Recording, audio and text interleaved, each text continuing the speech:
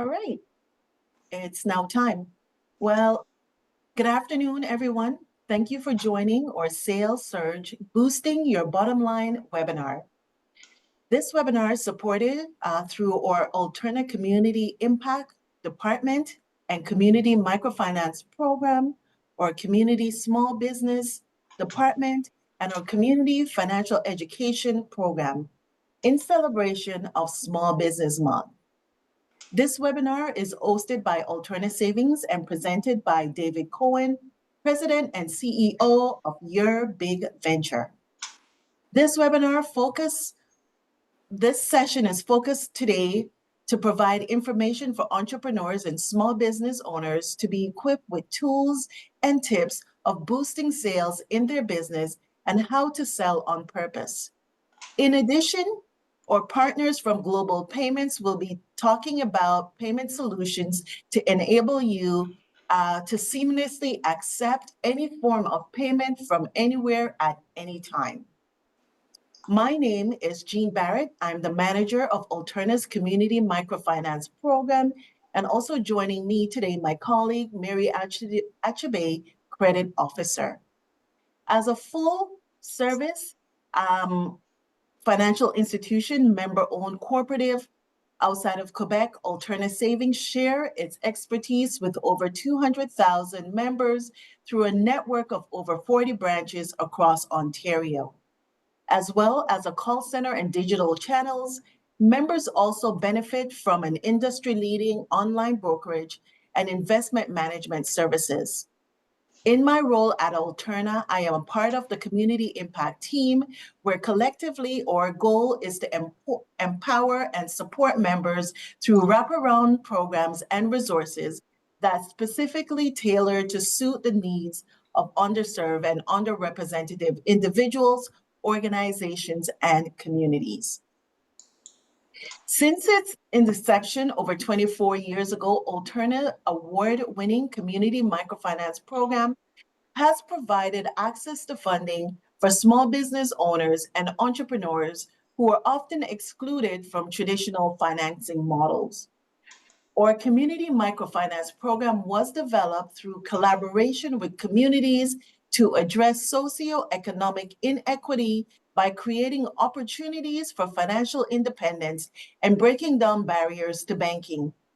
Alterna has issued over $9.9 million in impact loans to over 1,500 entrepreneurs and organizations through our Community Microfinance Program. More than a loan, we also provide financial education support with specifically tailored presentation and resources. This webinar is a part of our wraparound approach, which will help to bridge the financial and social dimensions for entrepreneurs and is a collective effort made up of incredible community partners like Your Big Venture and Global Payments. Before we get started, I want to take care of some housekeeping items. All participants will be on listen-only mode. We will be taking questions, and at the end of the webinar, you will have an opportunity to submit through the Q&A function on the bottom of your panel on your screen. Feel free to type in your questions, and we will do our best to answer them in a timely manner, or if time permits. Lastly, this webinar is being recorded and will be posted on our website tomorrow, should you want to go back and view it at a later date. I want to thank you all today for being here with us and for your participation in this webinar. If you'd like to learn more, please visit our website at alterna.ca or reach out to me directly. I will put my contact information in the chat, as well as the link to the Alterna community page, which contains more information on our Community Impact Department and Community Microfinance Program. I now happily turn it over to David. Thank you, Jean. I just want to acknowledge everybody. First of all, this is a three-part series, and you're going to get the tools and the goods you need to really become a master at selling. That's my goal. And to also view selling as not something like to fear or to worry about, but actually to embrace, because the skill sets that you need in order to sell strategically and to build trust and relationships is more about asking good questions and listening and then offering ideas and advice. So we're looking at sales from a more of a consultative approach. So I just want to acknowledge real quick, and then we got to get going. Anne, Becky, Betty Ann, Carrie, Gabrielle, Hyatt, Carrie, Michael, Michelle, Naveed, Nicole, Osi, I hope I pronounced that right. And please use the chat as well if you have any questions and comments as well. Welcome Quinlan, Sabine, Sue, Todd, Tony, and Tracy White. Welcome to all of you on this nice Wednesday.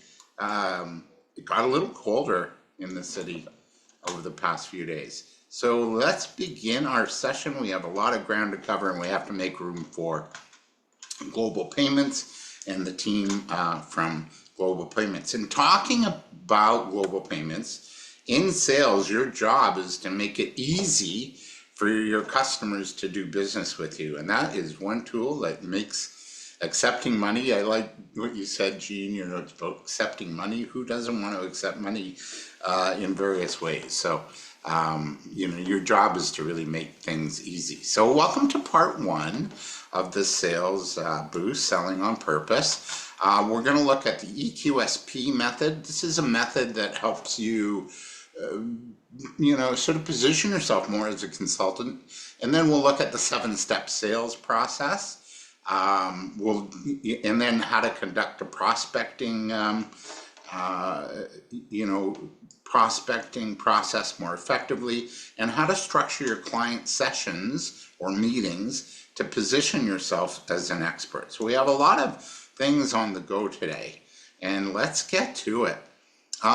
You'll notice if you're in business, change is the probably the optimum word of the day. So today's business climate, it's changed, right?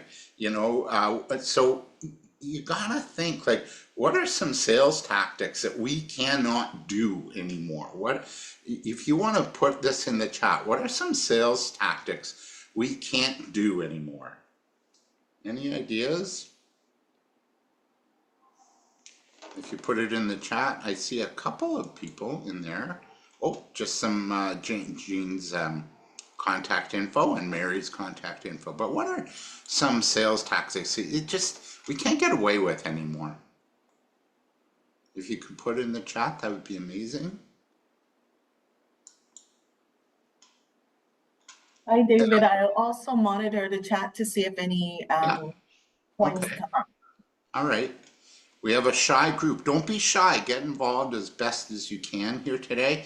I'll offer some ideas. One is we can't fool people anymore. We're dealing with a very educated, savvy market, right? And customers. So you got to be mindful of that. And I do see somebody in the chat.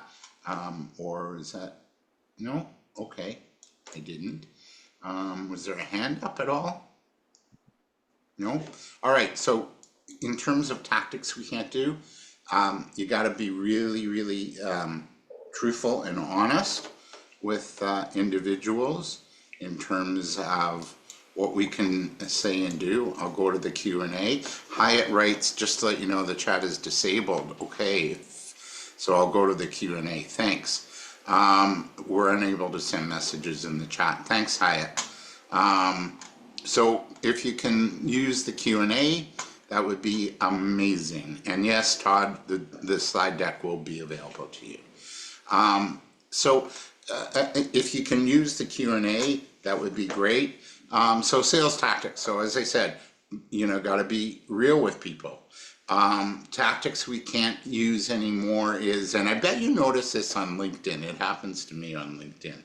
You might accept a new contact request, and without really knowing them. And then what happens next is they start marketing to you right away. And you can't do that anymore. It's not going to work. Why? Because we have to step back and get to know what the customer wants and needs first. So get to know somebody. We can't just like, oh, thanks for adding me on LinkedIn or whatever social media platform you use, and then start marketing to them. You need to take time, step back, and get to know somebody. So those are just a few tactics that won't work. And then my next question to you is, if you want to put it in the Q&A, is what are 3 things we must do to be more effective and attractive and in attracting clients? What are some strategies we must do in order to be more effective in attracting clients? Any ideas? So I'm going to go to the Q&A, see. Oh, no. Here. Be unique in your offering and stand out in the, anonymous, thank you. So yeah, you want to be unique and different and have a bit of an edge, something that's going to be a little different from your competitors. So that'll definitely help. Any other, Naveed writes, solve a real problem. Definitely. Thank you, Naveed. So you want to solve problems. You want to, be a solution provider, right? You want to be open to, really learning about your customer. So those are really some good ways that we can make ourselves more attractive for somebody to want to work with us and meet with us. So understand too, as I said, in this day and age of change, customers are also going through the stress of the day as well. So there's a little bit of uncertainty, and that may breed delays in decisions. So you need to have a bit of a patient approach to selling and to working with people. You got to give them a little bit of latitude and trust that when the time's right, they'll come to you to buy.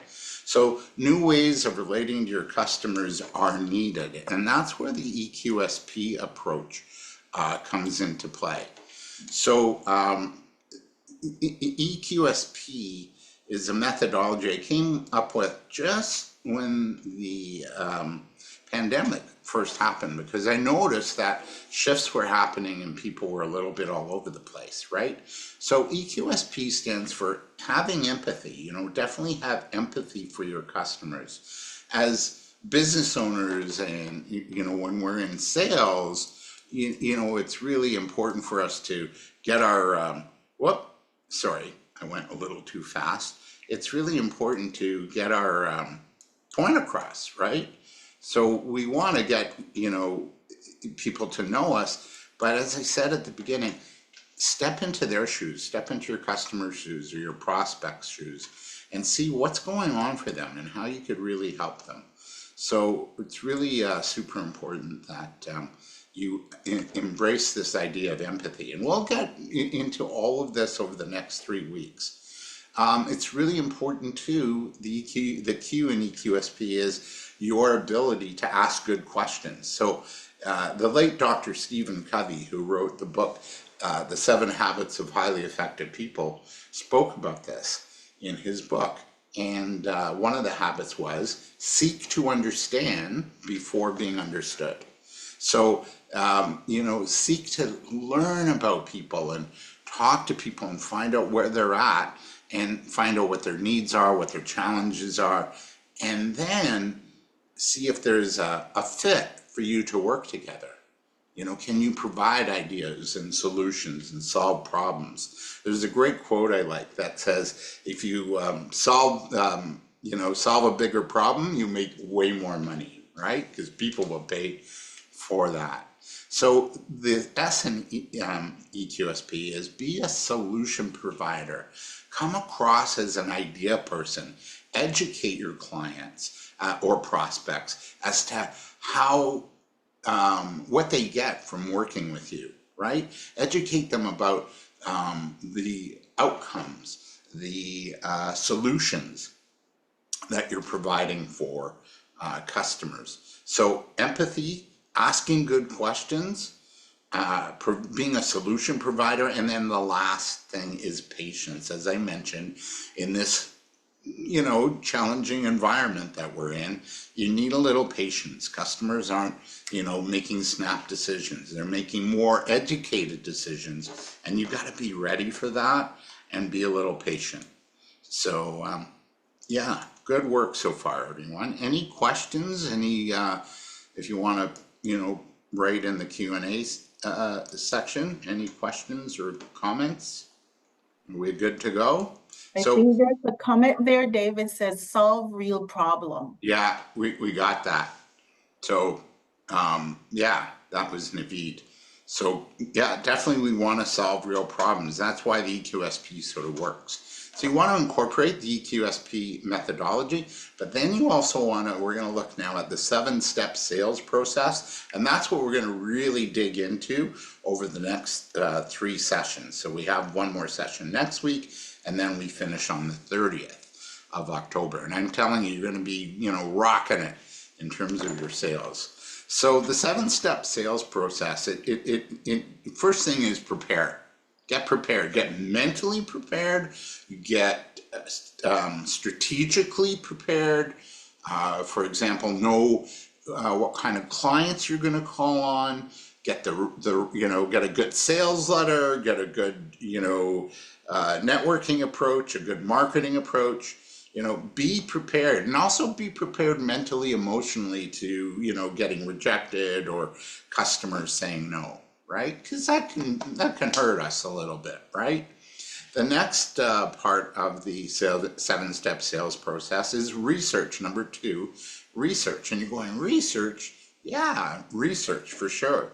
Why? Because you've got to know your industry. You've got to know the impact and the outcomes that you provide your clients. And you got to be able to communicate that. And what that is it's you communicating your value. The third, so research, and plus you've got to know what's going on in your client's world and know what trends are happening, and come up with ideas that people need, or products and services that your ideal client needs. Step 3 in the 7-step sales process is prospect and engage with people. You need to be sort of consistently doing this in order to have clients coming through the door. Step 4 is your goal of prospecting, whether you're networking or you've got a trade show at a table at a trade show, or you're using the phone to call people. Your goal is never to sell when prospecting. It's always to engage and poll or probe for interest. And if the customer or prospect is interested, then what your goal is to have a meeting. And then that first meeting, this is where you connect with them and with your client or prospect, and you ask really good questions. You're not there to present or promote yourself that much. You're there to find out about the customer's hopes, goals, dreams, challenges, budgets, right? And see if you're a fit to work together. Can you solve their challenges? Can you help them move through problems? Can you help them get to an outcome that's going to transform their life or their business? So that's the goal of prospecting, is to get that first meeting. I call it a hi, how are you meeting, where you go, you find out about the customer, maybe they show you a tour of their place, or they, you're on their laptop and they're showing you, what they do on the laptop. So that's a super important meeting, because you're going to determine whether or not you can work with them, and you're going to determine whether or not they want to work with you. If the answer is yes, then you want to find out, what's going on for them in that meeting. What's happening? Like, what are your challenges? And then if you've got ideas and solutions for them, you ask, would you be open to a proposal? And you book your next meeting, which is the proposal or the presentation meeting. And this is where you present your ideas, your quotes, your numbers, your strategy that you're going to share. Or it could be like, it could be, let's say you're doing catering, for example. You're going to, propose a menu for their event, right? And then you're going to ask for the business. You might have to overcome some objections. Maybe they're a little funny on money, or maybe it's the timing, right? And then you also want to account for a little bit of negotiation in that fifth step. And if you do get the deal, which you probably will at that point, you want to do the work, but always check in with your clients. Hey, how are we doing? You happy? Right? And if they're not happy, then ask, like, what do we have to do to make you happy? And once you've done the work, once you've served the client, nurture the relationship, because your best source for referrals, your best source for more business and more sales is a happy client. Any comments? Please feel free to add in the Q&A section, and I'll definitely review them. So when I see that pop up, but the 7-step sales process works. And why? Because process helps smooth things out. It helps, things go easily. And here's a little short video. I have these short videos, like 60 seconds, and they talk about the importance of process and having a sales process in particular. So let's just watch this real quick. Turn up your volume, and let's watch these two women talk about sales processes. As you have all of these different clients, largely in the health and fitness space, do you see common threads on mistakes that are made across the organizations that you partner with?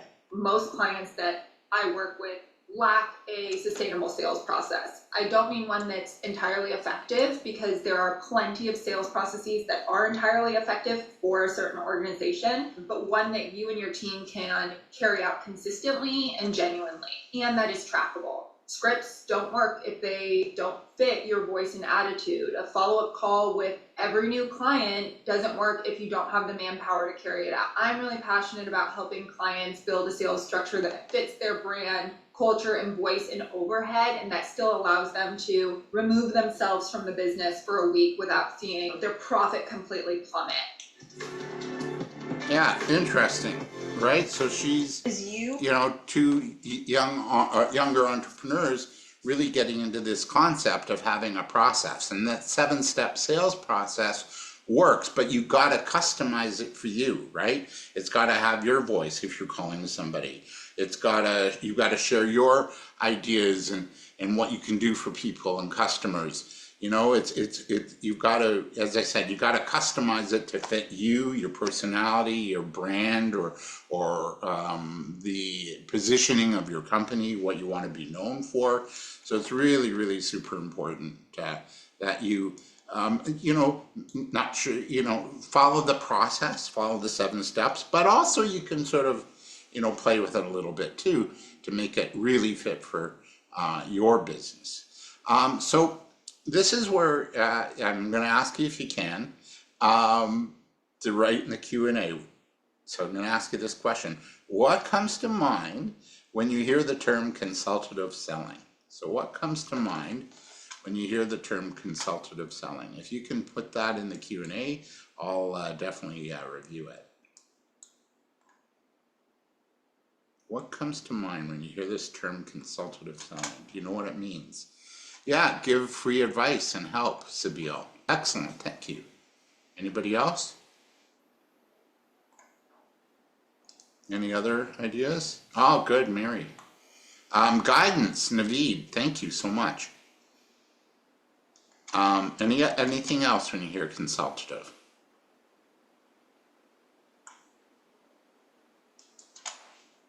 I'm just waiting for Mary. Oh, Sibyl, she called a lawyer who spoke to her for free for half an hour, and later on she used him for years and made it worth his while. Excellent, yeah.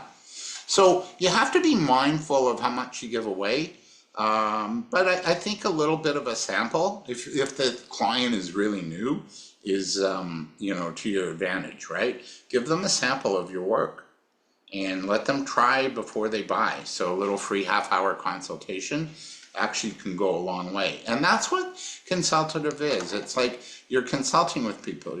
You're finding out about their issues and challenges. And it's like, I equate it to like when you go to the doctor and the doctor checks you out and asks you, how long have you had the shoulder pain or whatever, and where does it hurt? And then they'll prescribe a methodology to help you, get well and get better and minimize the pain of that shoulder, right? So that's what we are as business owners. We are consultants. We want to position ourselves as trusted advisors for the clients and the prospects we work with, because that's what's going to win the day. When you can educate, when you can inform, when you can come up with ideas and solutions, it's going to win the day for you when it comes to selling. So let's dive a little deeper into this notion of consultative selling. So it's an approach that prioritizes relationships and dialogue. So you're talking, as Dr. Stephen Covey said, seek to understand before being understood. You're finding out what's going on for the customer first, right? And you're building relationship and also building trust. So it's really, consultative selling is really focused on the customer rather than the product or service being sold. So the old way of selling was more about, well, I got a product for you, you've got to buy it, right? Or I've got a service that I think you're going to like. Well, how do you know? You don't. So you want to approach in that consultative manner where you're stepping back, you're asking good questions, you're finding out more about the customer and their issues and challenges and where they want to go, and you're helping them get there. You position yourself as a trusted advisor.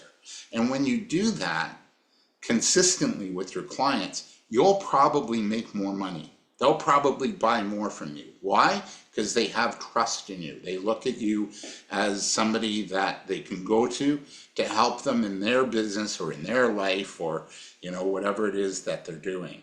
So, start to wear it, like own the fact that you're a consultative advisor to your customers, and it'll change the way things work. So it's a technique that salespeople understand, that you understand the challenges faced by your customers so you can position your ideas and solutions in a more compelling and effective way, and also in a way that your customer is going to want, right?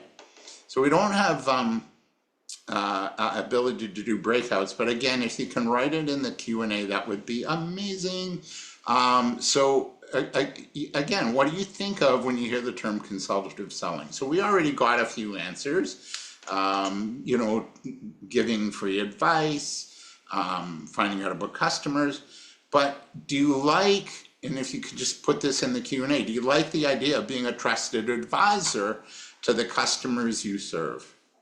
Anyone want to answer that? Do you like this idea of being a trusted advisor to the customers you serve?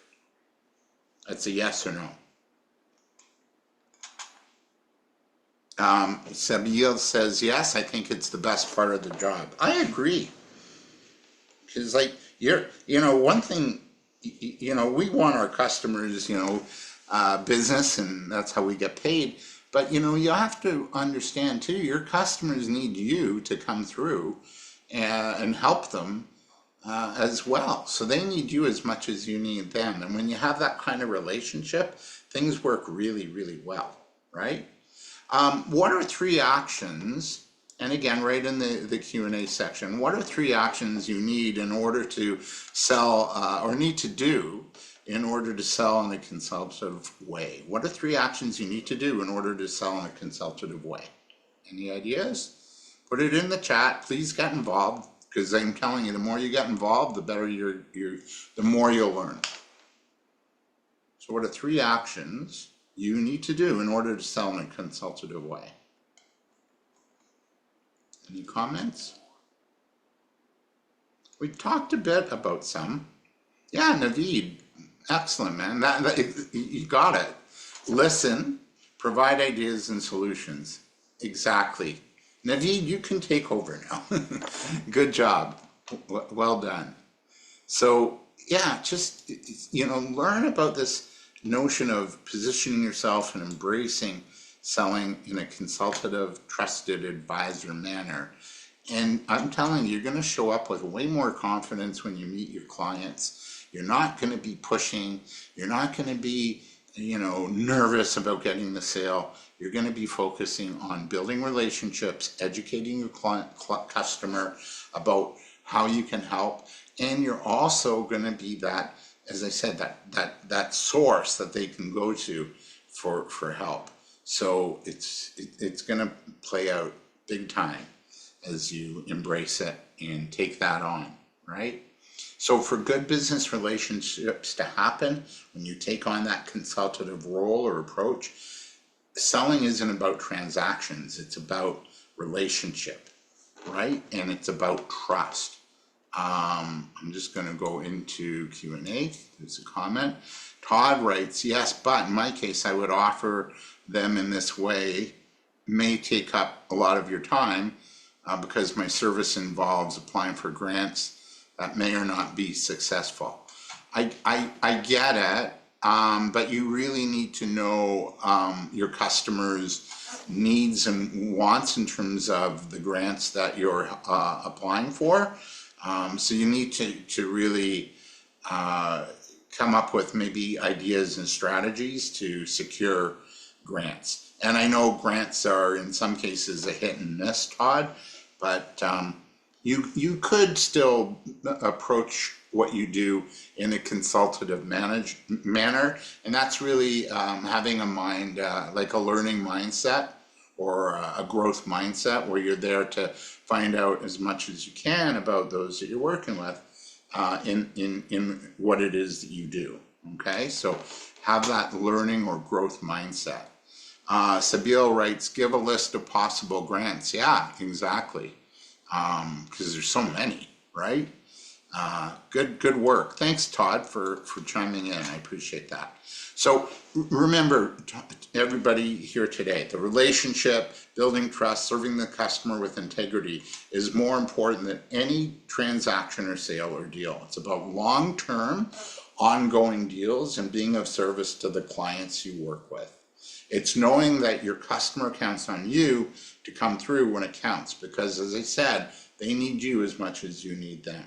You want to think and act long-term. It's not about the sale for the sale's sake. There's a really good example if you read or watch any videos by a business owner named Chris Zane of Zane Cycles.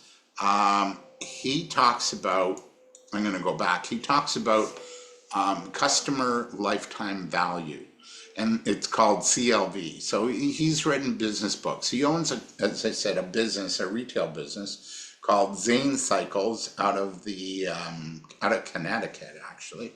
And he's one of the number one, if not the number one bike retailer and wholesaler in North America. And his success formula is based on this notion of CLV, customer lifetime value. So they don't look at a customer like, oh, wow, they're coming in, they need a tire repair, I'm going to charge them $10 for that. No, he might do that for free. As a matter of fact, they encourage it. So, and the thinking is he'd rather have a positive experience and the customer loving what they do, and he says, I'll gladly trade $10 for, $5,000. And what he means by that, he'll do that bike tire repair at no charge. But the idea behind it is he's planting the seeds in the way for customers to come back, right? He looks at a customer like, well, they're going to need a new bike soon, right? They might need clothing, they might need protective gear like a helmet or pads or things like that. Then maybe they get married, so they're going to have a bike for their partner and them. Then maybe down the road they have kids, so they're going to get bikes for the kids. Then as the kids get older, they'll need new bikes, right? Bigger bikes. And then as they get older, they're going to need a midlife crisis bike, right? One when the top goes down, something like that. So and then they'll need a bike for their senior years as well. And of course, they're going to need clothing and equipment and so on and so forth. So he's looking at a customer not as that one transaction, but he's looking at a customer over a lifetime.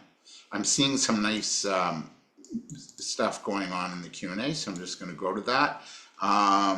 Sabine shares a link in the chat, and Todd writes, this seems great in principle, but beyond my current capacity to submit a proposal.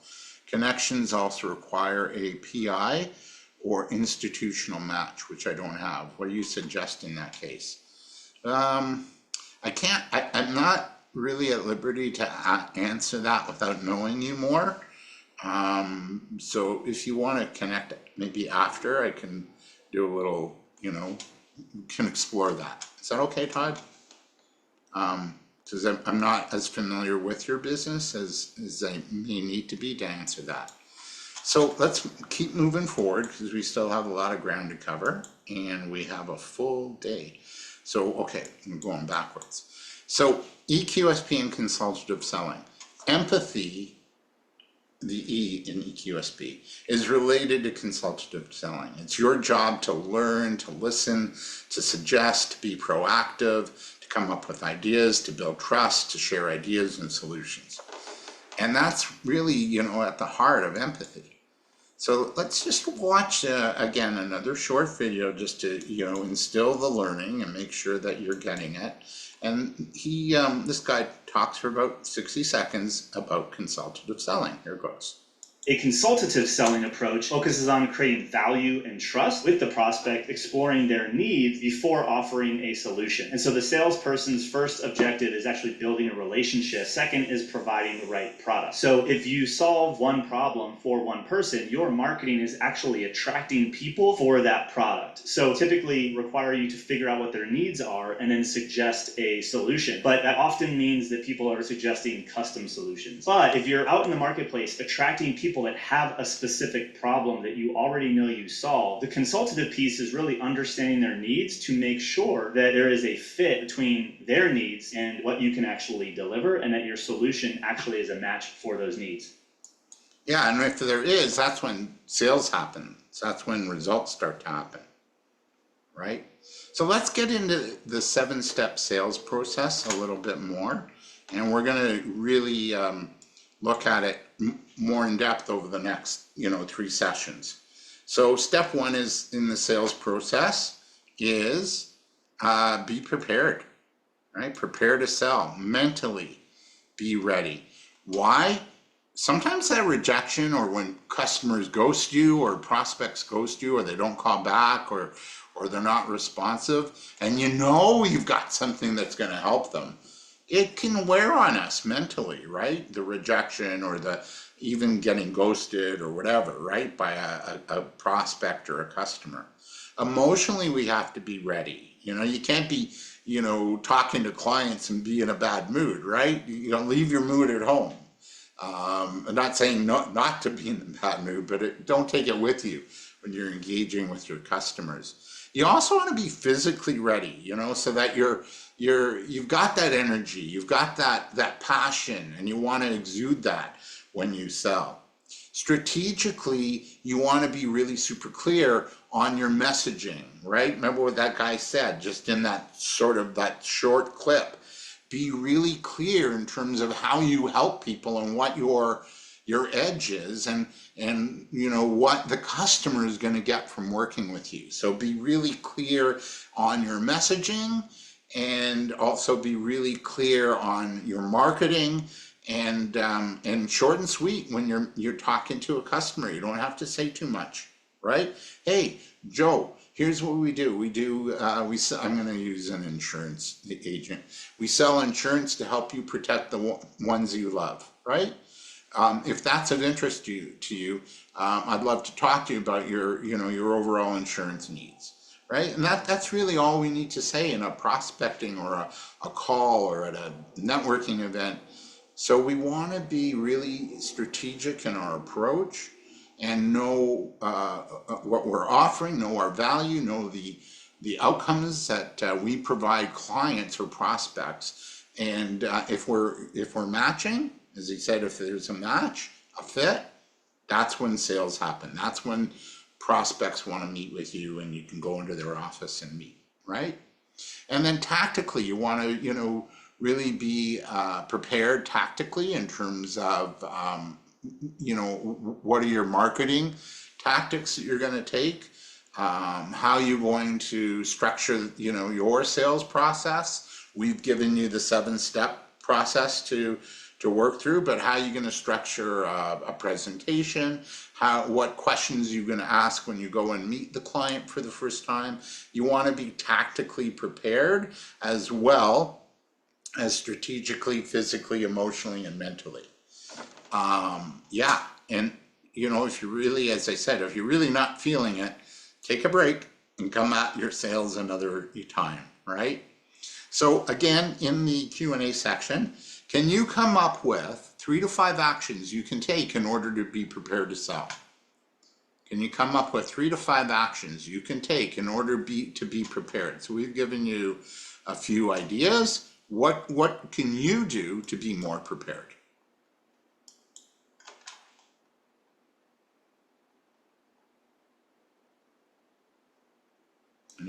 Any ideas?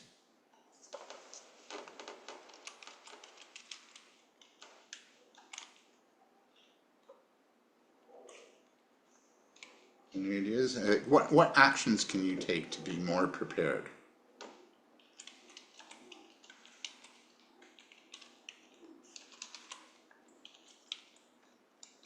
I'm gonna sound like Bueller in a sec.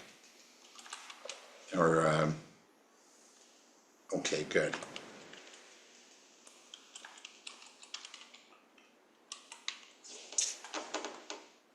Let's see the Q&A. Yeah, research. Zabiel says research the company before approaching them. Michael, excellent. Research and understand our client. Yes. Yes. Good answers for sure. All right. Yeah, research, know yourself, know the client, know the landscape, know the trends, right? That's why research is the next step we're going to talk about. So let's see, Todd says research the person that you're contacting, be knowledgeable about your products. Yeah, Betty, excellent. Good job, everyone. So yeah, those are some actions that you can take to really be prepared to sell. Also, manage yourself, right? Self-management. That's you've heard of the EQ, right? Emotional intelligence. That's about managing your emotions and your feelings and your where you're at, so that you show up in a really professional and clear way, right? So you really want to be manage your emotions and practice emotional intelligence, or EQ as it's called. So good job, everyone. I'm glad you're taking part. So in terms of getting prepared, other things you can do is, first of all, have a sales plan. Prepare your ideal client list, like Ghostbusters, who you're going to call. Book time in your day for client development, no more than 90 minutes. Like if you're doing prospecting and you're doing that all day, you're going to hate it. You really will. Like a half hour of maybe some prospecting calls, maybe follow-up calls, maybe you do a little networking, maybe you're, communicating in groups where your contacts are on LinkedIn or Facebook or Instagram. Know what you're going to say to a new client when you do reach out. Practice it, like practice what you're going to say so you're not stumbling and you feel more confident and more energized. Prepare yourself too for worst case scenarios with clients, right? Maybe they're shopping you. Maybe they're not really going to buy. So they're not being truthful and honest, right? So these things do happen, unfortunately, in business. Or again, maybe they're ghosting you. Maybe they express interest, but then reality hit, and maybe they just don't want to call you because they don't have the budget for it right now, right? Which is often the case. Have proper contact info so that when you do send maybe a letter or a piece of direct mail, that you have the proper spelling and you're not making mistakes like that. So, and also have a really good rock solid sales letter that reinforces your what it is you do, and reinforces the value that you're bringing to your customer. Hey, Joe, it was great meeting you. Just to refresh, this is what we do. This is how we can help you. We're really looking forward to meeting you to discuss how we can get you those kind of results. So keep your sales letter short and sweet, because in this day and age, our sort of concentration limits are pretty limited, as you could probably know now on YouTube. You're more apt to watch a little half-hour video than you are an hour and a half video. So make sure you have a good rock solid sales letter and nice collateral material to send out, postcards, brochures, maybe even a little gift or a little tchotchke that has your business logo on it, right? Yeah, any questions? I'm just going to go back to the Q&A because I see a lot more. Research the person, be knowledgeable about your products, Betty says. Have marketing materials ready, Sabine says. Understand your offer. Yes, Michael, totally. Understand the value. Understand what it is you're doing to help your prospective or current clients, what you're doing to help them succeed. So again, just to review the 7-step sales process: prepare, get prepared. We talked about that. And then, Sabine also adds, know the competition, be able to compare. Yeah, know what you're up against for sure in terms of your competitors, because that might force you to shift your strategy a little bit, right? So like maybe that competitor really undercuts the price. So you've got to be aware of, okay, what do I have to do to sort of get the sale and compete against that competitor who's cutting price. So again, the 7-step sales process: prepare. So we've done that. We're going to talk a little bit about the power of research, and that's market research.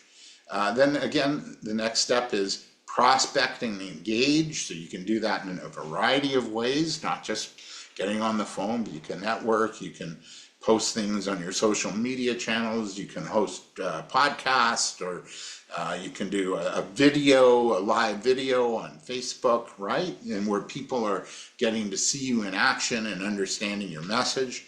And then your goal is to have a meeting, right? Discuss, ask the client good questions about their wants, their needs, their hopes, their goals, their budgets. And then if you agree, hey, I've got ideas, I think I can help you, then you book that presentation meeting, and that's where you bring forth your ideas and your solutions. And again, you might have to overcome some objections and negotiate.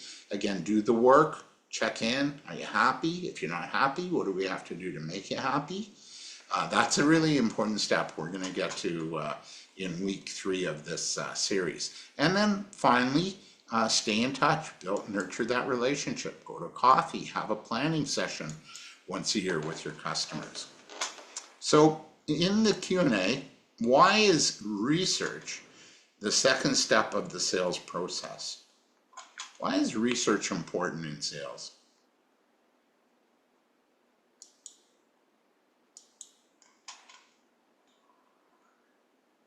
Oh, excellent. And any ideas? Why is research important? I think in a way you've answered it. Like Betty Ann wrote, be knowledgeable about your products. Yeah, and Todd said research the person you're contacting. So research, knowledge is king. So the more you know, the better you can serve, right?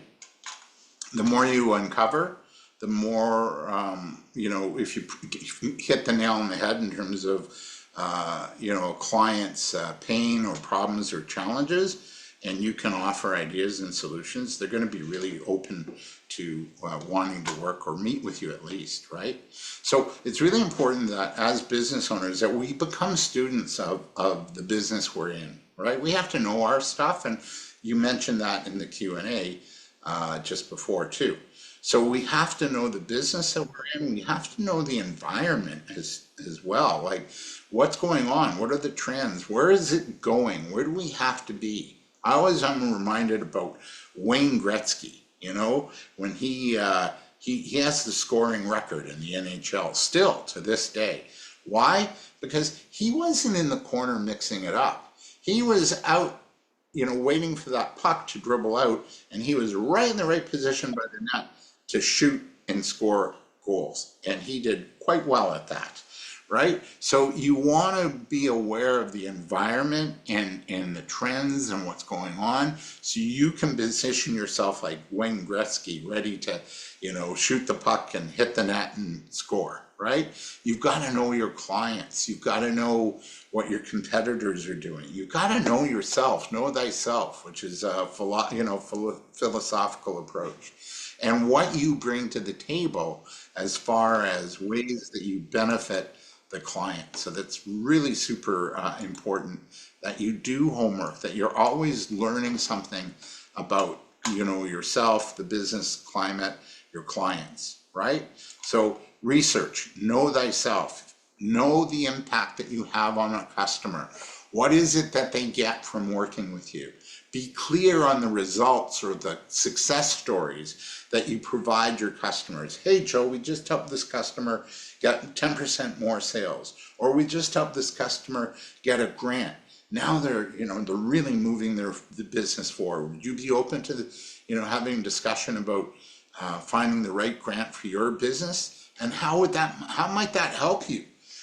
How might that help you succeed? So the bottom line is, you've got to know your value, and you've got to know how what your industry as a whole does, right? What are some success stories with your competitors? And you could even sort of borrow a little bit of their strategy and then adopt it for your business, right? So know how your industry as a whole helps customers achieve good results or goals. And then, of course, you've got to know the benefits or the outcomes of what you offer and what you do, because that's what people are buying. They're not buying the product or the service itself. They're buying what it is that you're doing. So open back to answering in the Q&A. What are some actions you'll take to research and understand your clients a little more? Any ideas?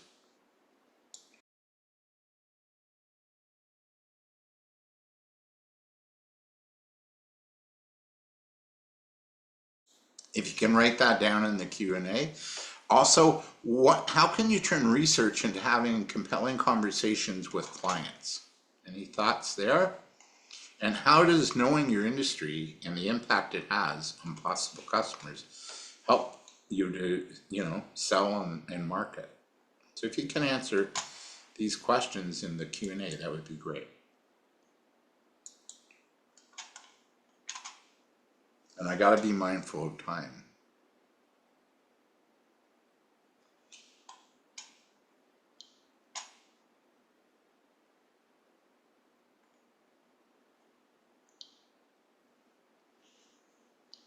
Okay, I'm going to move forward on this. I'll just share a couple of ideas with you on these. So actions you can take to research your customers are subscribe to, there's a great site called Smart Brief. And if you go into Smart Brief, you can get a brief in your email box every day about your industry. Or it could be about your customers' industries too.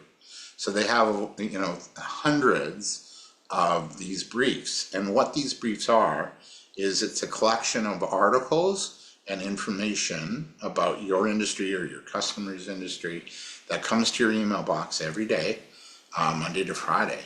And that's a great way to sort of keep tabs on what's going on and what are some developments and some new ideas to help you incorporate that into your marketing and your sales messaging. Another thing you can do is you can tap into Google News and look up your industry, news stories about your industry, and see what stories are coming up. So those are some ways to turn research into compelling conversations, right? In terms of an idea around how to use research effectively, there was a a product that came out a long time ago. You probably know about it now. It was big back then. And what it was goji juice, right? You know, goji berries. Apparently that's really healing. So the marketer of goji juice had, used a statistic as a way to get the attention. So, you could take this, but this is all, more natural. So they were using stats and studies in their marketing messaging. And what that does is, again, when you're using stats and studies and statistics in your marketing messaging, it legitimizes you, but it's also a consultative approach, but it's also you're educating the client, right? So, and then knowing your industry, you've got to know like what's the impact? How do other companies in your field, what results are they getting and what are they doing that you might need to incorporate? And of course, don't be shy about using ChatGPT to assist. You just have to ask the right questions of it. So yeah, good stuff. You're doing really well today, by the way, everyone. So good one. So it's really, really critical in our business that, we know ourselves, we know about, we've got to research, we've got to, really be clear and prepared to sell. But it's really important too, in terms of researching, that we research and we get clear as to what it is we do for others and what are the results they're going to get from working with us, right? And that's what's called value. So value is actually a mathematical equation for value. The value equation is simply this. You've got to be aware of what are the outcomes or success stories of your service or your product, right? As entrepreneurs, this is probably where we're going to spend a lot of our time.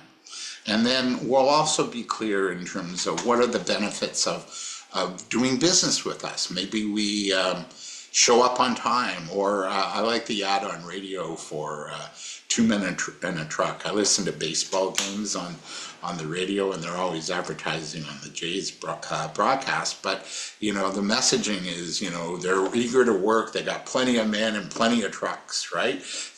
They're building the relationship in your mind. It's like now you're gonna, you're thinking of moving and you need a moving company. You'll probably call them. Why? Because you trust them. They've got lots of men and lots of trucks, so your move is going to happen.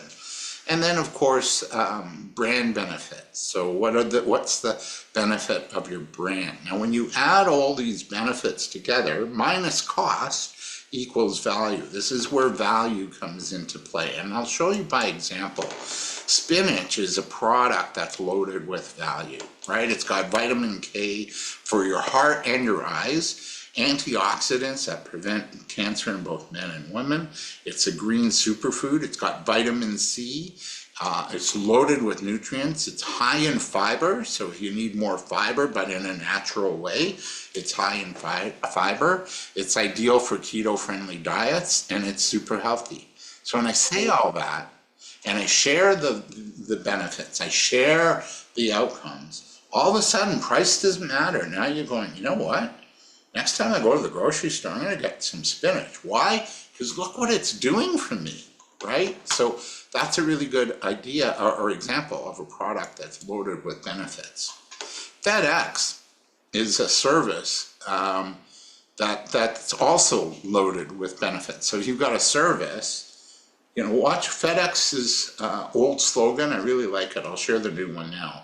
But their old slogan, just like that was it. That's all they needed to say. When it absolutely has to get there, next day delivery or else. So if you're in business and you've got to get your package to Montreal tomorrow, or else you might lose a customer, I'm going to pay for that service. I'm going to go to FedEx, I'm going to drop off my package, and they're going to get it to my customer tomorrow morning by 9:30 or else. That's something I'll pay for. Their new slogan is relax, it's FedEx, right? So now they're really super confident about what they do and how great their service is. Then they're confident that they're going to help you get the results you want. Any questions, comments? We're good? So a brand benefit, well, Heinz, You know, they're so confident in their their brand that they say there are no other kinds. That was an older slogan as well, but there are. You go to the grocery store, there's like 5 other kinds of ketchup. Can any of you name them? Want to put that in the Q&A? There's 5 other kinds, but they're so confident, right? Now it's like there's slogans about being patient, like it pays to be patient kind of thing, and that's their new sort of theme for their new commercial and marketing messaging. It's like, be patient, you know, good things are coming, like with Heinz. Remember like pouring the ketchup out of the bottle, that commercial years ago, and it took all day, and they played the song Anticipation. Well, they're still using that theme, but there are no other kinds. They're so confident in their brand that there are no other kinds, and there's like 5 other kinds: E.D. Smith, French's, Aylmer, Hunt's, and of course no name or store brand, right? So and then Alterna, talk about relationship benefits.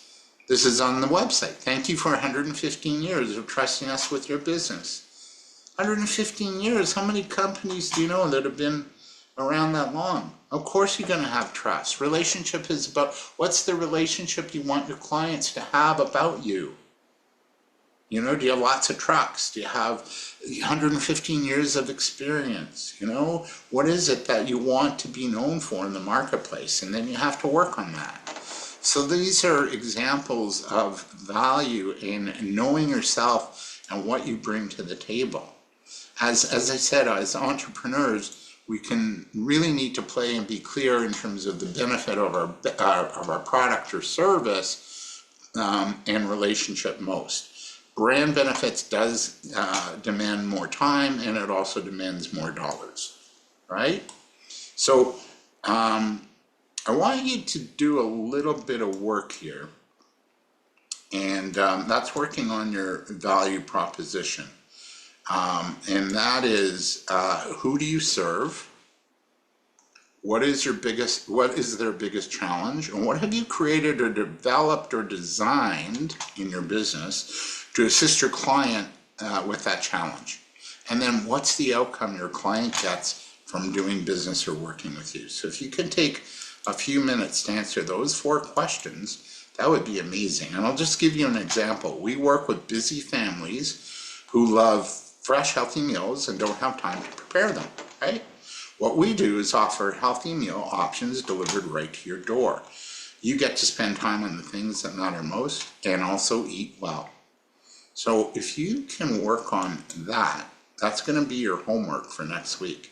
I want you to create your value proposition by answering who do you serve, maybe take notes, and I want to hear these or you know, see you post them next week. So who do you serve? What's their biggest challenge? What have you created or developed or designed to assist your client with that challenge? And what's the outcome your client gets from working with you and doing business with you? Okay, so this is your homework for next week. Again, here's the sample, and you know, what you use your value proposition for is a way to introduce yourself at a networking event. It's identifying who your ideal client is. It's identifying the value that you bring to the table. It's identifying their challenge or the thing that's stressing your clients out the most. And it's also helping you tap into a niche. So that's super important. So that's homework for next week. Please, please, please take this seriously and really, you know, apply yourself, because the more you put into this, the better you're going to be at the end of our 3-part series. So any questions? We're here for you. So any questions at all? Comments? This is where you would get a hold of me. But do we have any questions or anything you want to share? I'm here to help you for a couple more minutes because, Hey, David, it's Carla. There's no further questions in the chat. I actually let everybody know that we are going to, we're sending out a follow-up email tomorrow, and we'll have the homework questions in that email for everybody. So it's there for their convenience as well. They can refer to them. There's no further questions at this time, but if anybody does have questions, they can reach out in the chat. There is the links that you can reach out to us.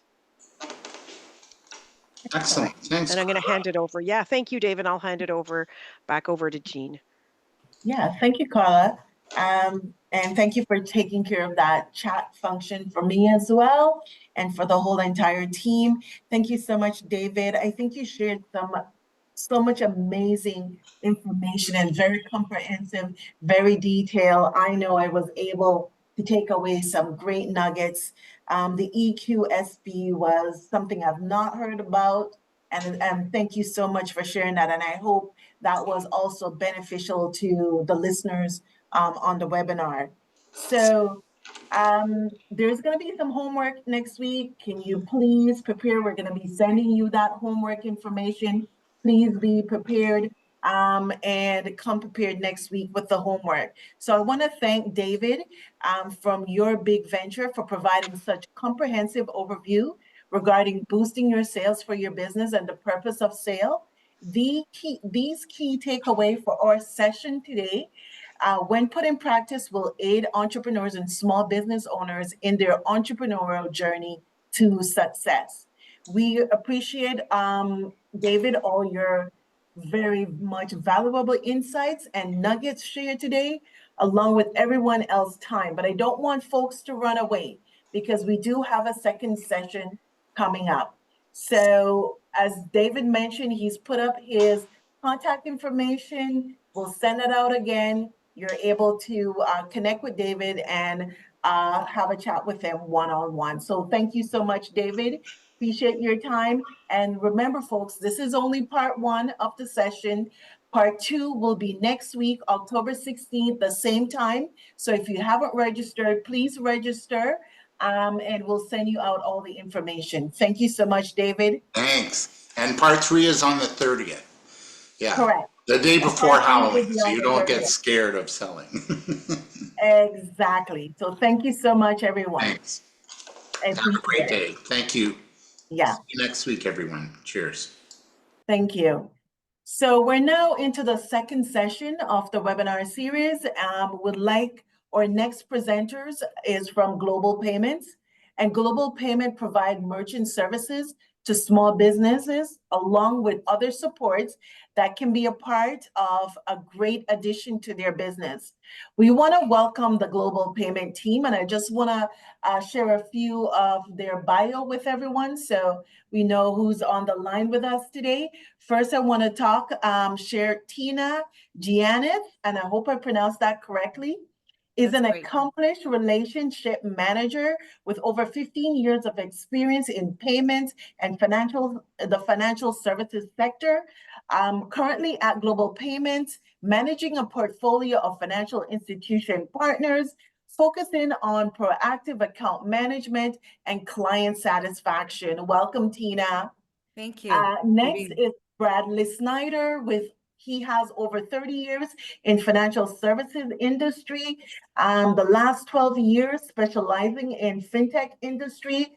Brad brings a wealth of experience and innovative ideas and solutions when working with businesses of all sizes, assisting to streamline your payment acceptance needs, and how you capture sales in your business and improving cash flow. Thank you, Bradley.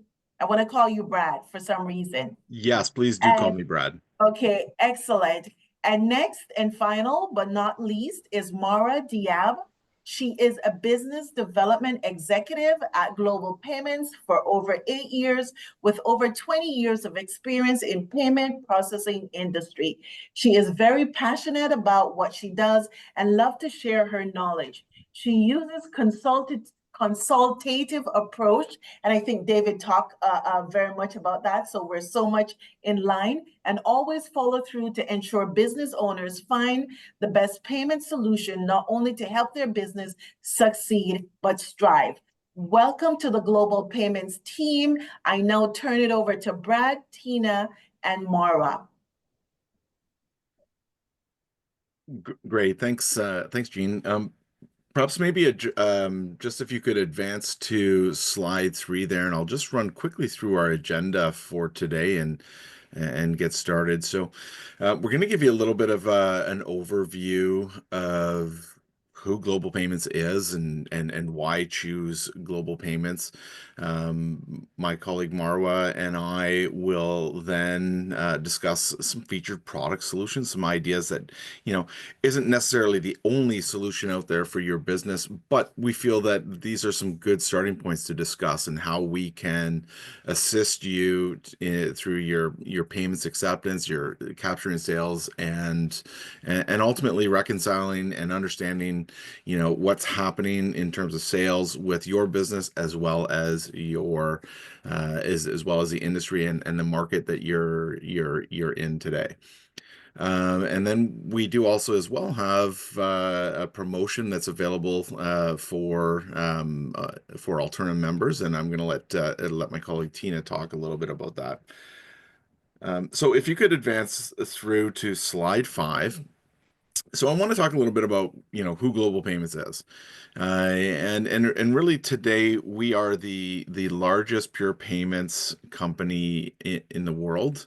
We're operating in over 100 different countries worldwide, and we are a leader in payments worldwide.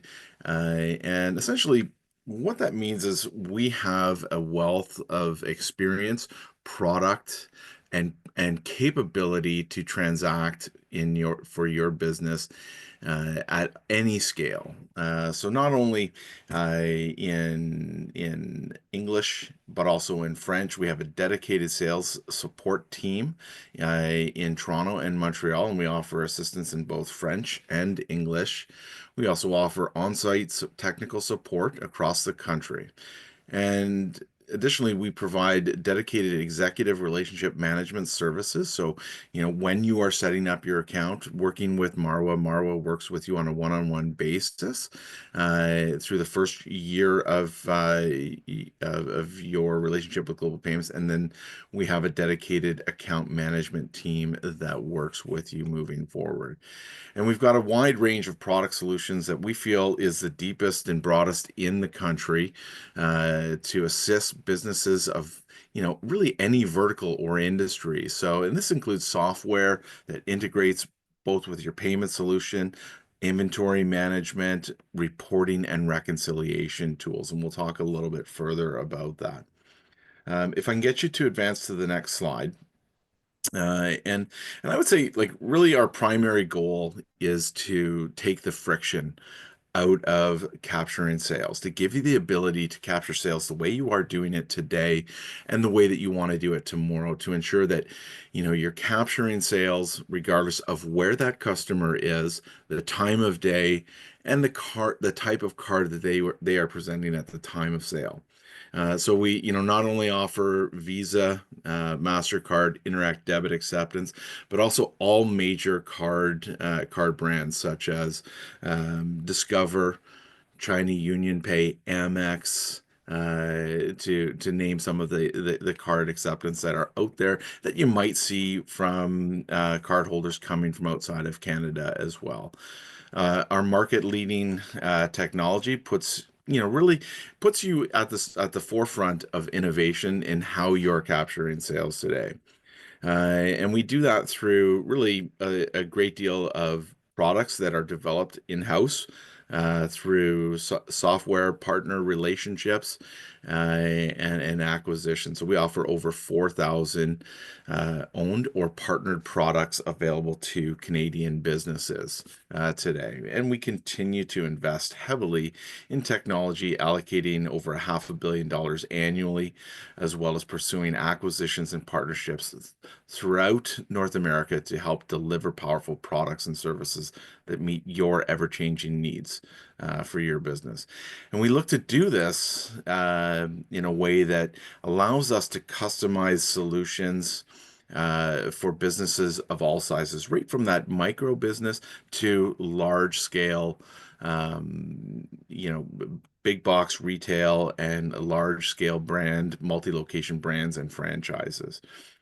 With over 4.6 million merchants, our merchant solutions have been proven effective worldwide and at a large scale in over, as I say, over 100 countries, actually over 170 countries across 100 different industries and verticals, so that you can accept all the payment methods that your customers prefer.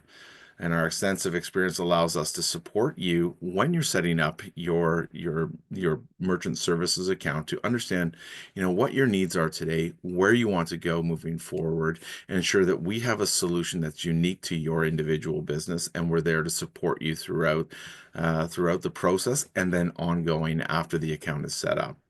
So when it comes to integrated payments, e-commerce, or omni-channel solutions on a global scale, we stand out from our competition. And our ability to offer specialized software and payment options and other technological solutions in more markets than our competitors is what really sets us apart as a market leader in the marketplace today. I'm going to pass it over to my colleague Marwa to talk about some innovative product solutions and some of the solutions that we see very effective, not only in Canada, but specifically for our Alterna membership. Marwa. Thanks, Brad. Okay, so I guess we move to the next slide. Okay, so this is sorry. So these are just some of the products that we use to help merchant in their day-to-day business. In the next slide, I'm going to go through some of them in more details. So if we can please move to the next slide. Okay, so the register. The register is one of the most comprehensive product that we have. It offers a full solution for any type of merchant where they want to offer inventory management, have a receipt that shows itemized receipt with all the item. It offers back office support and management where they can add promotions, special offers. It comes with an integrated payment terminal. So once they enter whatever information on the screen, they don't have to enter the amount again on the terminal. It reads off the terminal. So it has an integrated terminal. It also comes with an optional scanner as well as a printer for different types of businesses. It's perfect for retail stores that want to manage their inventory. It can also work for small restaurants where they can have the menu loaded on their screen and send the offer to the printer in the kitchen. So this solution offers all comprehensive for any payment service. But it also we also have the Terminal Plus, which is the next option, which is pretty much a mini register. So it does the back office and inventory management as well, but it's a bit more cost effective. It's a little bit for smaller merchants that don't necessarily need the whole monitor and scanner and everything separate. It does have a camera which acts as a scanner as well.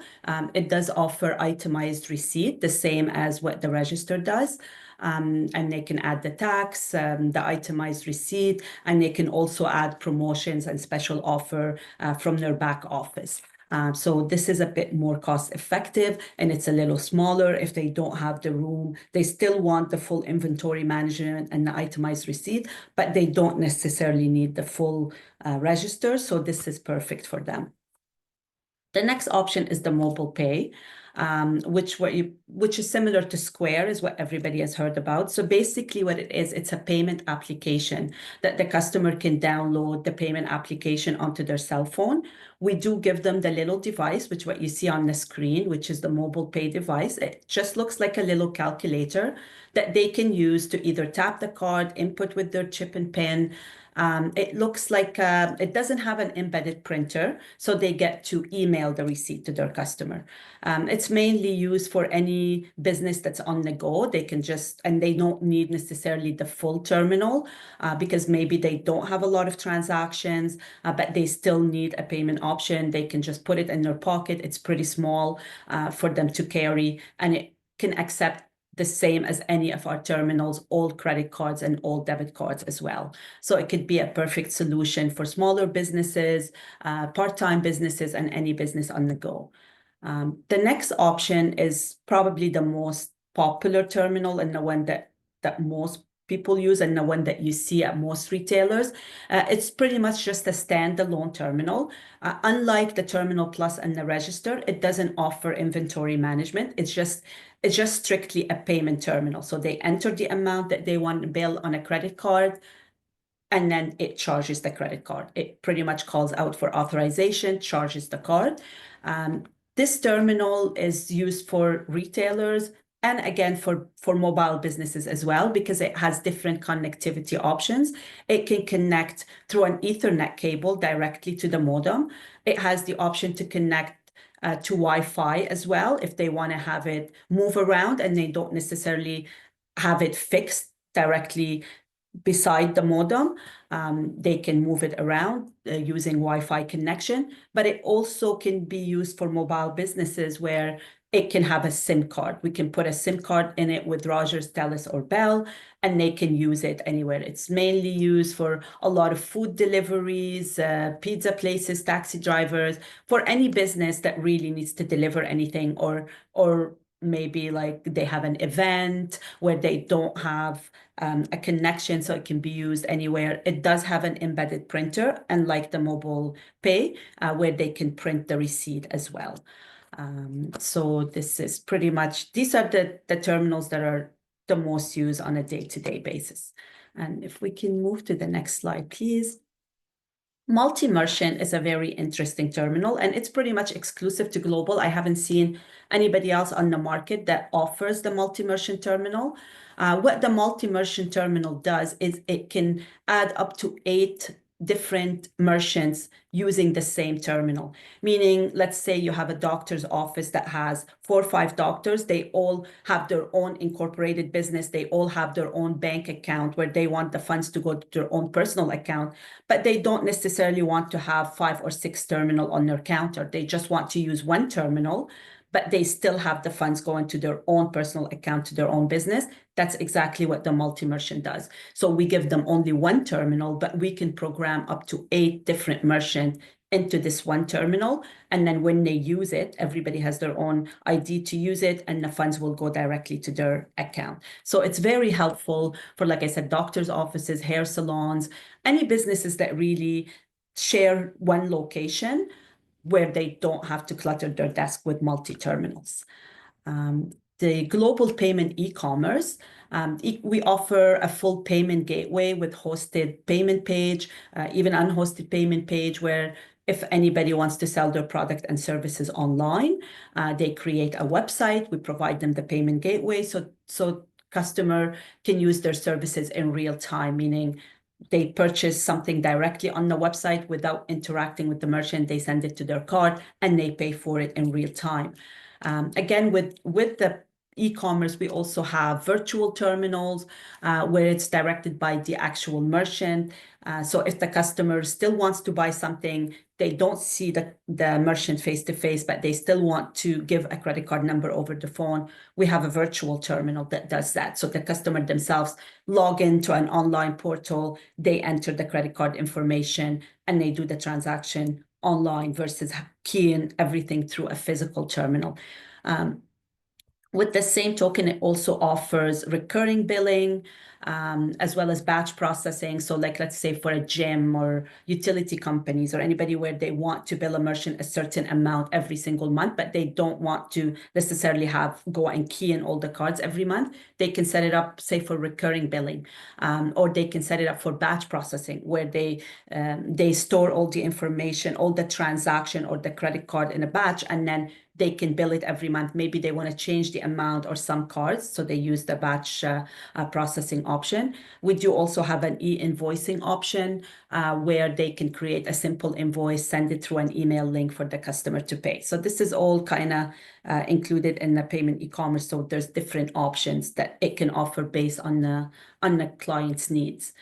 Digital wallet is pretty simple. Any card that you store in your digital wallet, doesn't matter what card it is, if it's in your digital wallet, you can use it on any of our terminals as well. believe that's it for me. And the T650 is very similar to the DX. Again, it is a standalone terminal where you enter the amount that you want to bill. It calls for an authorization. It charges the card. It does as well have multiple connectivity options where they can connect it. It can be fixed on the counter and connect directly through an Ethernet cable and plugs to the wall. It can be mobile where it connects to Wi-Fi and it can move within the location where the Wi-Fi is connected. And it can also have a SIM card with either Rogers, Telus, and Bell, where it can be totally mobile and it can use anywhere within Canada for different events, different types of businesses. So these are, and this is a touch screen. As you can see, it's one of our newer terminals and people love it. So yeah, that's pretty much it for the products. Great. So thanks, Marwa. If I can get you to advance, okay, perfect. So when I mentioned, that we have over 4,000 owned, partnered, or developed product solutions, I want to talk about a couple innovative options here. These, what Marwa went over with our terminals, with our e-commerce, with our global register and Terminal Plus. These are really, the starting point. Like these are platforms that we can build upon and bundle together with other solutions to really customize how you are accepting payments today. And this first one here, Zipster and really the mobile cashier is really an innovative solution that really pairs with our e-commerce platform that works really well with businesses, any business that is invoicing their customers. So if you're invoicing your customers, you're providing the service, sending out the invoice, collecting payment after the fact, or in advance, whatever the case may be, that customer is not present with you. This solution is a really efficient way to invoice your customers. So it allows you to integrate both with accounting software such as Xero, QuickBooks, Sage is coming as well too, to understand, okay, if you're capturing the invoice, it's reconciling back to your accounting software as well. It gives you the ability to send out invoices with payment links embedded right in the invoice itself, or really efficiently allows you to also text invoices to customers directly, and through their cell phone, through that text feed, they can actually complete the payment process. So, you think of it, this really works well. It works well in the automotive and service industry. For example, you think about, an HVAC technician at a home doing the work, but the person is at their office, needs to know the full extent of the work being done. That service technician can send the invoice to the person that's paying the invoice, tell them this is what the amount is going to be. Do you authorize the work? I can say yes. And then once the work is done, they can send me that link back. Okay, the work is done. Can you complete the payment process? Now that payment gets authorized, recorded in our reporting tools and reconciliation tools. And that before that technician even leaves the home, the payment is completed. The funds are on their way to their Alterna savings account for the next business day settlement. And when you return back to the office or home, your transactions are reconciled and recorded in our reporting tools as well. This tool is really quite innovative in the market space today, and is a nice value add-on for businesses, really any business that is invoicing their customers with transactions that occur card not present. I will get you to advance to the next slide, and I'd like to talk a little bit about pay by link. Again, this is a solution that operates on our e-commerce platform, but it could be paired with, really any business. You think about, retail businesses, for example, if you're looking to capture sales outside of your brick and mortar location, it's not easy. It's not an overnight process to set up a website, start aligning your product and inventory on the site, capturing sales. This solution, I should say, gives you the ability to start transacting through social media sites and so forth right away, really overnight, and allow you to capture sales outside of your location. So you could advertise sales and promotional activity on social media sites, included with a payment link for them to capture the sale. You could send out payment links embedded in invoices as well too. This system's really meant to generate payment links and QR code transactions when you are transacting with your business. And so it really allows you to customize, how you are capturing sales, and it's an easy way for customers to pay for goods and services in a way that they prefer, and allows you to sell really across any digital channel. I will at this point, I want to talk a little bit about, on the next slide here, that this one here is fine. Really, while a limited number of traditional acquirers in the market offer their standard e-commerce and face-to-face point of sale options, we also offer charity solutions that coincide with our e-commerce components, really. So if there's anything that you're doing within charitable donation capture today, we have solutions there as well.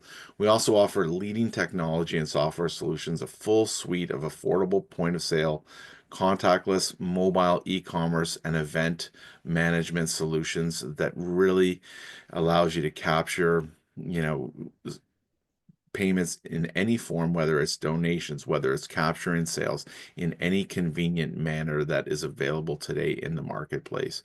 And we can streamline this process, and really within our reconciliation tools, to give you the online access to the transactions that are happening on a daily basis within your merchant services account, allow you to understand what's being settled back to your account, see statements online.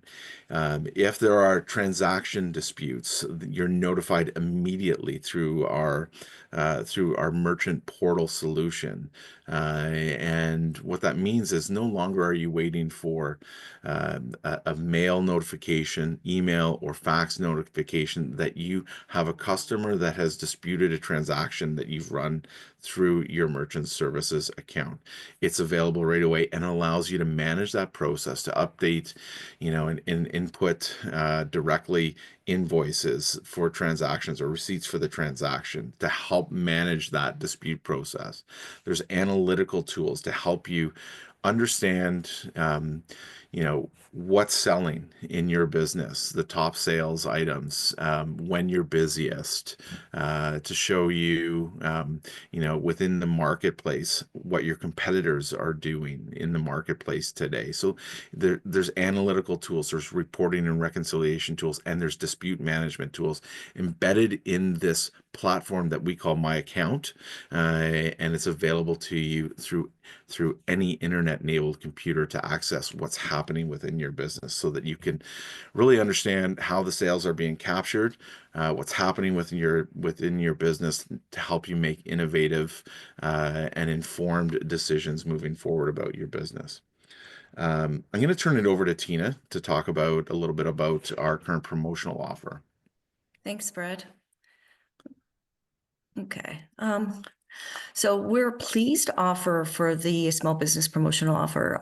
It is the offer available to all members here is sign up with Global, and you could receive, there's two options here, zero rental fees for the first 3 months, which is worth about a $90 savings, or you can opt to purchase a terminal for a discount of $200. If you do purchase the terminal, we will waive the fees. So there will be no setup and shipping fees for the terminal purchase, and that would translate to about $150 savings.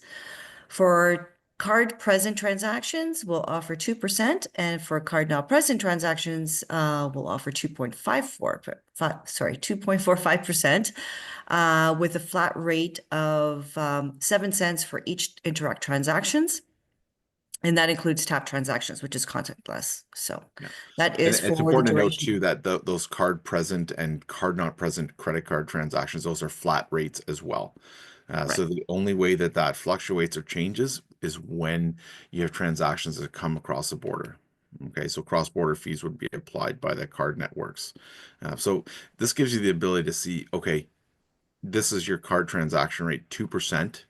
I know I know that this is the margin I will have on all transactions within credit card transactions on your account on a monthly basis.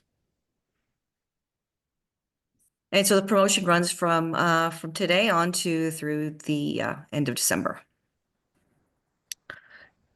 And that is it. Thank you. Any questions? Questions, comments? The floor is open for any questions for global payment. I like the multiple sort of service and the equipment that you now have.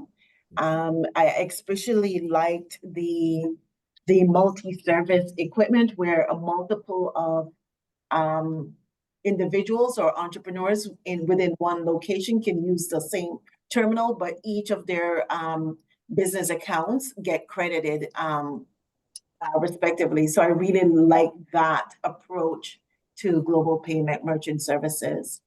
And I just wanted to ask, what was the rationale around coming up with a product such as that?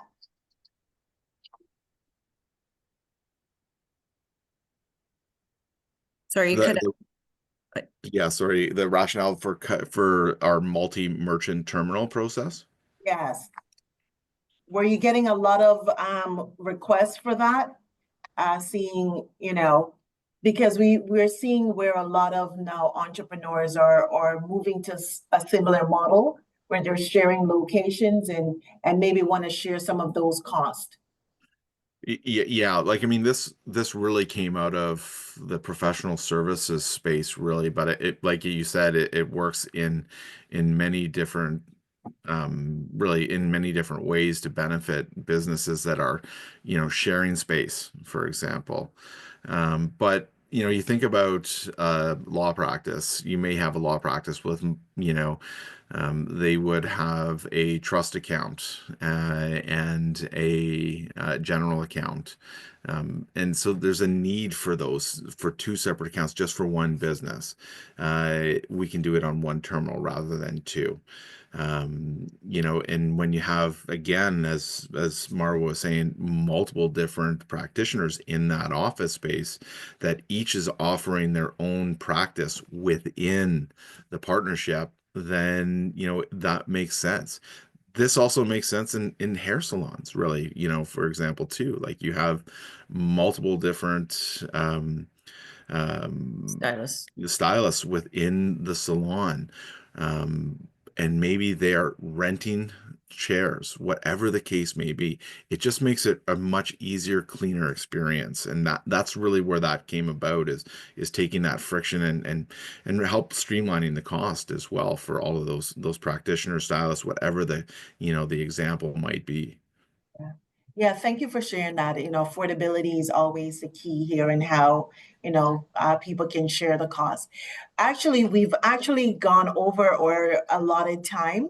So I want to thank the global payment team today for coming and providing such, important overview of global payment merchant services that helps to support small business becoming successful.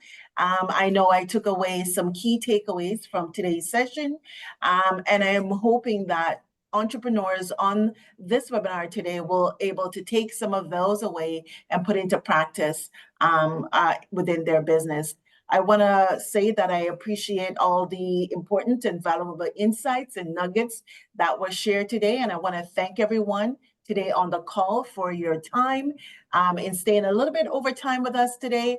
And before we sign off and go, I want to say, please register for next week, which is part 2 of our Small Business Month webinar series. Please come back for that with David Cohen. And we also have another special guest wage points. So if you could please register, and we look forward to seeing everyone today. Thank you so much. Have a great day, everyone. Take care. Thank you.